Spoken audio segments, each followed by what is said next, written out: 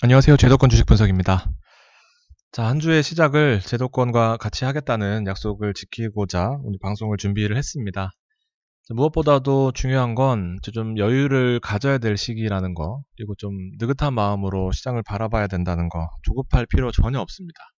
실적이 좋은 회사는 반드시 숫자로 나타나게 되어 있다라는 큰 믿음을 가지시고 조금 여유 있게 보시면 좋을 것 같다라는 말씀을 드리면서 자, 7월 첫째 주 시장 흐름을 간단하게 살펴보겠습니다.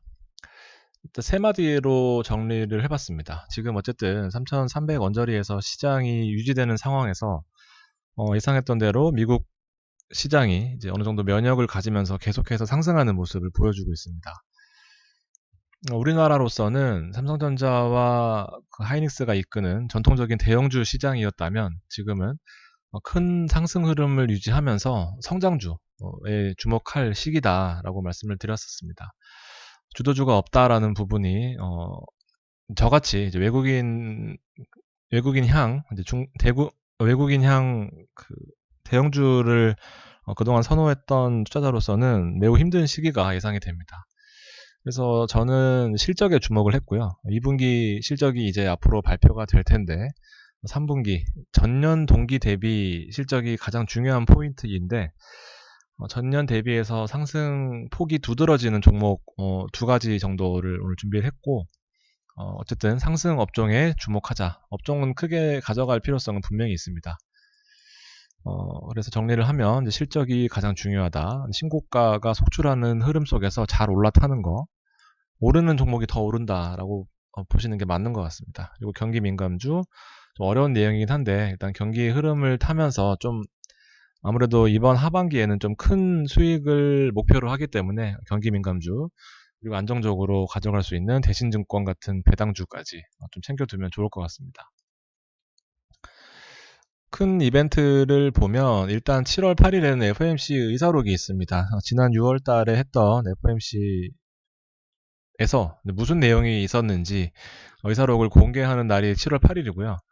어쨌든 지금 금리 인상에 대한 이슈가 최대 화두였기 때문에 어, 그때 6월 FOMC 때 연준 의원들이 어떤 식으로 금리 인상에 대해서 의견을 나타냈는지를 알 수 있는 가장 중요한 이벤트다라고 볼 수 있습니다. 지수는 올라가는데 반해 대형주 흐름이 부진한 거. 결국에는 바텀업 중심. 옛날에는 탑다운, 삼성전자가 올라가면 밑에 이제 그동안 못 올랐던 종목들이 따라 올라가는 형국이었다면 지금은 아래에 있었던 좀 그동안 주목받지 못했던 대형주 상승 흐름에서 어쨌든 아무거나 올라타도 먹을 수 있었던 시장이었다고 하면 지금 지수가 고점에 있는 상태에서는 이런 옥석을 가리는데 정말 어려운 내용이긴 합니다. 그래서 진짜 올라갈 종목 부지런해야 되기도 하고요. 그래서 레포트들 많이 보면서 오늘 종목을 좀 정리했고요. 삼성증권 같은 경우에는 결국 배터리에 주목을 다시 했습니다. 결과적으로 삼성 SDI를 좀 추천을 하는 모습이었고 일리 있는 말입니다. 제가 지난주까지만 해도 SDI 같은 종목들은 일단은 좀 팔고 다른 종목으로 갈아타자라는 내용이었는데 일단 오늘 쓴 레포트에서는 거의 탑 픽으로 꼽았던 게 SK이노베이션이랑 삼성 SDI입니다. 이런 건 여러분들이 좀 판단하셨으면 좋겠고요. 제가 생각하는 거는 이제 코로나 확산이 지금 또 엄청나게 늘어나고 있는 시점인데 이런 부분들이 다시 호텔신라나 하나투어, 모두투어 혹은 여행주, 호텔신라 그다음에 뭐 카지노주, 여행주 뭐 이런 것들 저점 매수가 될 수 있는 좋은 기회가 될 수도 있습니다. 그래서 여러분들 같은 경우에는 어떤 식으로 활용을 하셔야 되냐면 종목을 가지고 있거나 아니면 투자를 신규로 계획하고 계시는 분들 분명히 이제 어느 정도 좀 눌릴 거잖아요. 그렇게 봤을 때 애프터 코로나 시대를 대비하는 거 분명히 좋을 것 같습니다. 예를 들면 CGV 같은 거죠. 지금도 매력 있는 구간인 것 같습니다. 좀 밀렸을 때요. 물론 우리는 28,000원 언저리에 들어가서 3만원 초반까지 잘 수익 난 걸로 알고 있습니다. 중요 한국 증시의 포인트들은 이제 7일 삼성전자와 LG전자의 2분기 잠정 실적이 발표될 예정입니다. 그래서 실적이 본격적으로 발표가 될 거고, 어느 정도 실적이 잘 나올 거다라고 예상되는 종목들은 실적이 나오기 전날이나 나오는 날 아침에 잘 팔아야 되는 그런 숙제가 있습니다. 실적 나왔다고 그때 담으면 3분기나 4분기 실적까지 보는 게 아니라면 조금 더 템포가 꼬일 수 있다라는 거 아시면 좋을 것 같고, 8일에는 FMC 의사로 있고, 또 이번 달 같은 경우에는 투자하기 좋은 시즌이라고 하는 게 결국에는 큰 이벤트를 앞두고 있으면 또 엄청나게 시장이 주목할 거거든요. 금리 인상을 6주마다 한 번씩 진행되는 FOMC에서 큰 그림은 결국에 연말 혹은 내년 초 금리 인상을 계획하고 있는 부분이고, 우리나라 금통위도 이번 주에 예정이 되어 있는데 한국 금리 같은 경우에는 연내에 2번 올리겠다라고 지금 이주열 총재께서 그 의견을 피력하고 있는 상황이다 보니까 어쨌든 금리가 가장 큰 이슈, 그리고 8일날 의사록의 금리에 대한 의견, 어쨌든 금리를 올리겠다라는 의견이 좀 다수 표진되어 있다고 한다면 다음 열리는 FOMC에는 더 크게 좀 의견이 개진되어 있을 가능성이 크다고 볼 수 있습니다. 시장에는 분명한 악재이지만 어느 정도 반영되어 있다라고 봤을 때 대형주보다는 이제 좀 눌렸을 때 잘 살 수 있는 성장주가 좀 더 주요해 보입니다. 영향받지 않는 대신증권 같은 경우에는 배당 관련 아주 우량한 종목이다라고 말씀드릴 수 있고, 신탁 관련 사업, 그리고 나인원 한남 분양이 종부세 그 부담에서 이제 부채로 잡아놨던 부분이 어느 정도 해소가 되면서 실적이 대폭 개선되는 부분이 있습니다. 게다가 배당이고요. 그래서 지금 말씀드린 종목들은 제가 주력으로 보고 있는 이제 포트폴리오 중에 한 부분이다라고 볼 수 있습니다. 그리고 도쿄올림픽도 개막이 예정되어 있는 7월 달입니다. 이거 아닌데. 이것만 보시면 될 것 같고, 3,300 이하의 전통적인 대형주 위주였다면 지금 현재로서는 3,300 부근에서 큰 흐름을 보기보다는 이제 좀 각계격파를 해야 되는 시점이다라고 보여집니다. 뉴스에 흔들릴 필요 없고, 싼 종목은 없다. 3,300은 결국에 싼 종목은 없습니다. 진짜 종목을 보는 눈이 필요한 시점인데, 저도 좀 공격적으로 7월달을 좀 대비하고 있다라는 부분을 지난주에 말씀드렸습니다. 자, 지수가 계속해서 상승하는 추세를 보이고 있습니다. 한 번도 가보지 않은 S&P의 모습이고 4,338입니다. 이거 제가 한창 이 S&P 거래하고 할 때는 1,000, 2,000 뭐 이랬을 때였던 것 같은데 많이 올라왔고요. 계속해서 오르는 추세라는 게 핵심 포인트입니다. 한 번도 빠지지 않고 계속 오르고 있어요. 그러니까 이걸로 봤을 때는 시장에 어느 정도 면역이 생겼다. 금리나 아니면 코로나나 이런 부분은 더 이상 시장에 큰 충격을 주기에는 힘들다. 한 가지 변수가 생길 수 있는 것은 FOMC 때 절반 이상의 절반 이상의 의원들이 금리 인상을 점쳤거나 아니면 우리가 예상하지 못한 이제 법인세의 대폭 인상, 혹은 뭐 지금 미국이 가장 크게 핵심으로 좀 작용하고 있는 게 결국에는 배터리나 IT 쪽에 본인들의 또 이익을 강화하는 쪽으로 나서고 있거든요. 그래서 모 증권사에서는 또 IT 관련된 종목들도 좀 주목해보자라는 부분입니다. 우리는 실리콘웍스로 일단 대동단결하면 될 것 같고요. 나스닥도 많이 올라 있는 이제 그런 모습을 보여주고 있습니다. 큰 충격은 없을 거다라고 보는 게 맞을 것 같고, 일단 당분간은 종목만 잘 고른다면 안정적인 수익을 챙길 수 있는 구간이다 보여집니다. 코스피가 3,300 부근에서 아직 미국처럼 탄력을 받지 못하고 있는 상황은 어쨌든 우리나라만의 특수성이 있는 이제 그런 부분인데, 지금 사실 수급이 많이 뺏겨 있는 상황이죠. 정치 테마주, 아니면 환경주, 뭐 나머지 카카오 쪽 지금 게임즈 영향받는 부분들, 대형주 쪽에 좀 수급이 쏠려 있고, 그래서 상대적으로 대형주가 올리는 시장이라기보다는 지금 보시면 개인들이 떠받치고 있는 시장들입니다. 전기전자, 운송장비, 화학, 금융, 서비스업까지 해서 지금 뭐 거의 풀매수 수준입니다. 제가 봤을 때는 이렇게 큰 금액이 이렇게 다양한 업종에 들어와 있는 것도 참 낯선 모습이고, 시장이 좀 끝물이다라고 보여지는 게 서비스 업종이 많이 올라와 있는 거.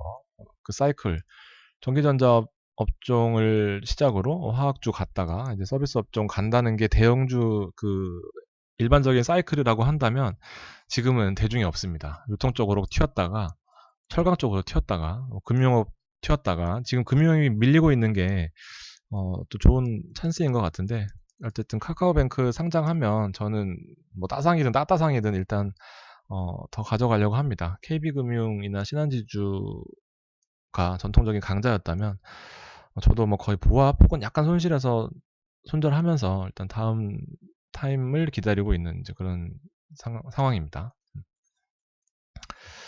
삼성증권에서 대문짝만하게 추천한 종목이 바로 이 현대제철이에요. 그래서 저도 현대제철을 되게 좋아하고 우리 사실 현대제철로 좀 재미도 많이 봤습니다.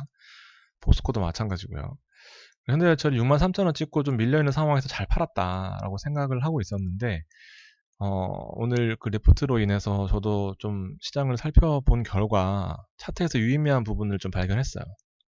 월봉 같은 경우에 이제 어쨌든 철강 산업이 이제 사양 산업이 좀 됐었던 부분이 있죠. 더 이상 투자하기가 좀 부담스러운 부분이 있었고, 어, 또 코로나 때문에 새로 어떤 신규 사업을 추진하는 신규 건설 추진하는 부분에 좀 문제가 있었고, 빠르게 회복되는 모습 보이면서 일단 시장이 더 크게 상승하면서 결국에는 월봉상 200월봉을 아래에서 위로 뚫을 수 있는 좋은 기회다라고 보여집니다.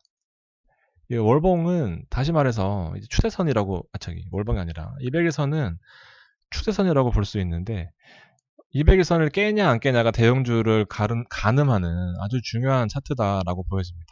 차트 잘 몰라도 모르셔도 200일선만 초록색으로 체크해 놓으셔도 이게 대형주다라고 바로 판단이 가능합니다. 그래서 200일선 한 번도 깨지 않았다가 좀 최근에 밀렸는데 다시 경기 사이클에서 또 철강이 차지하는 비중이 커지면서 또 좋은 좀, 좀 모습을 나타낼 수 있을 것 같아요. 그래서 54,100원이 좀 저렴해 보입니다.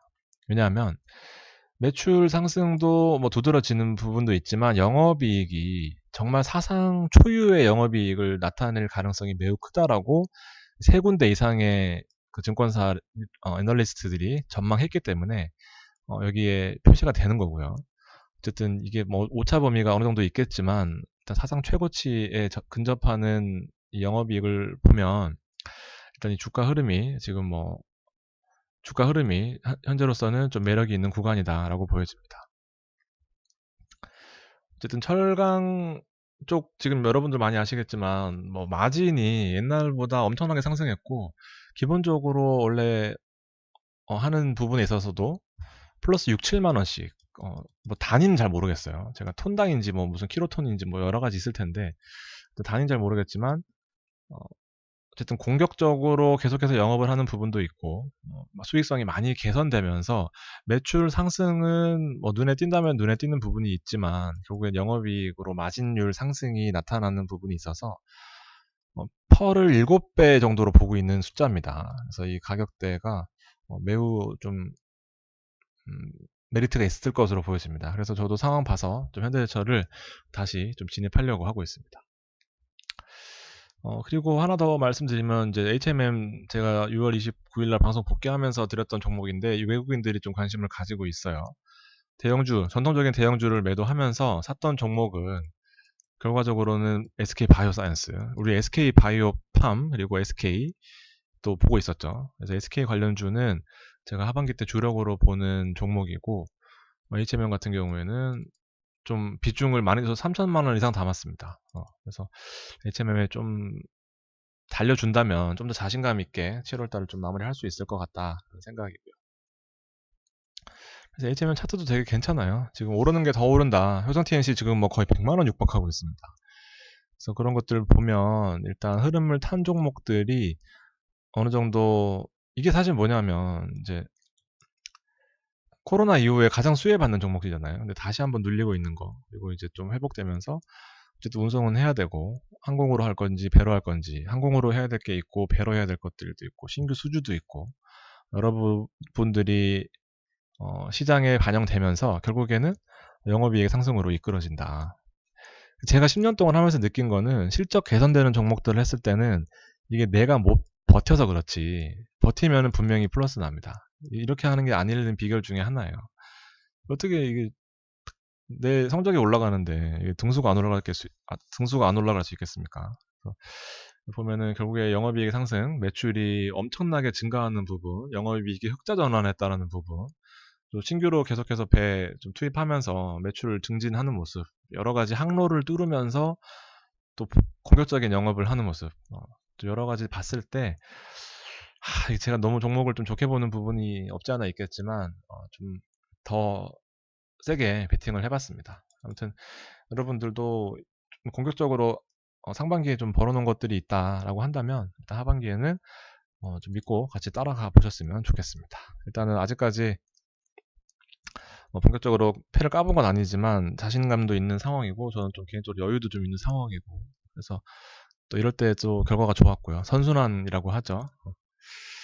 자, 3300 시대는 분명히 변화해야 된다라는 제 또 하반기에 가장 큰 제 캐치프레이즈입니다. 여러분들도 그동안의 전통주나 좀 안정적으로 5%에서 10% 정도 수익을 기대하는 투자였다면 하반기에는 좀 더 바텀업, 낮은 종목들 위주로 해서 좀 큰 수익을 볼 수 있는 그런 하반기가 되었으면 좋겠습니다. 자, 오늘 방송 여기까지 하고요. 다음 주에도 좀 더 좋은 종목들, 좋은 시장 흐름을 가지고 돌아오도록 하겠습니다. 긴 시간 들어주셔서 감사합니다.